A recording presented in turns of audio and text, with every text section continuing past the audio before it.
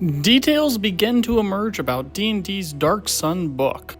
Oh my god, what is happening? Welcome to Above the Table. Today we're talking about the very heavy hints that a Dark Sun book is coming in 2026. Before we dive into today's episode, be sure to hit those like and subscribe buttons so we can keep making videos just like this one. Now on to today's story. A few months ago, Wizards of the Coast released playtest material for the Scion, a brand new class with various psionic abilities enhanced via an energy dice. D&D has dabbled with psionics for years. In fact, the 2024 Player's Handbook has 3 psionic-based subclasses in it. However, it was the use of wild talent feats tied to the noble and sage backgrounds that really got players wondering whether a Dark Sun revival was on the cards. Those teases became much more likely this week when Wizards released a new Apocalyptic subclasses playtest that featured the likes of Defile Sorcery, Preserver Druids, and a Sorcerer King patron for Warlocks. Those little hints became very obvious clues that Dark Sun seems to be getting a long-awaited revival, the first time that Wizards has touched the campaign setting since 4th edition. So what exactly is Dark Sun? Well, it's the closest thing D&D has to a post-apocalyptic setting. The world of Athos is ravaged by magic, where arcane magic is responsible for transforming the world into a desolate desert. What civilization is left is dominated by sorcerer kings, and there's very little room for noble values since most people are just struggling to survive. This setting is very different from anything else found in D&D.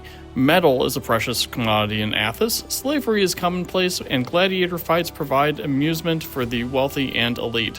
Also, there's only one dragon found on the world.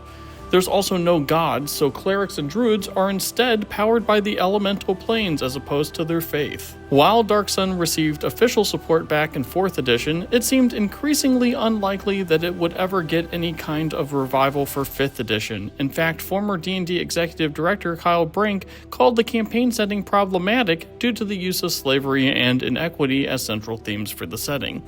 In fact, Athos was almost blown up in a recent Spelljammer adventure with Doomspace, a dying wild space system, replacing Athos space at the relative last minute. However, others saw room for a hope punk-like setting similar to what we saw in Mad Max Fury Road, where defiance against oppression is a central theme.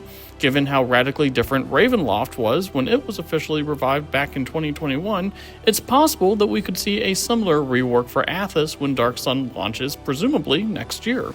Of course, given the new direction of D&D, it's just as possible that Dark Sun could be almost entirely unchanged as well. We just don't know. We'll have to wait and see when this officially gets announced for more information, but one thing that's clear is that Dark Sun seems to officially be coming back.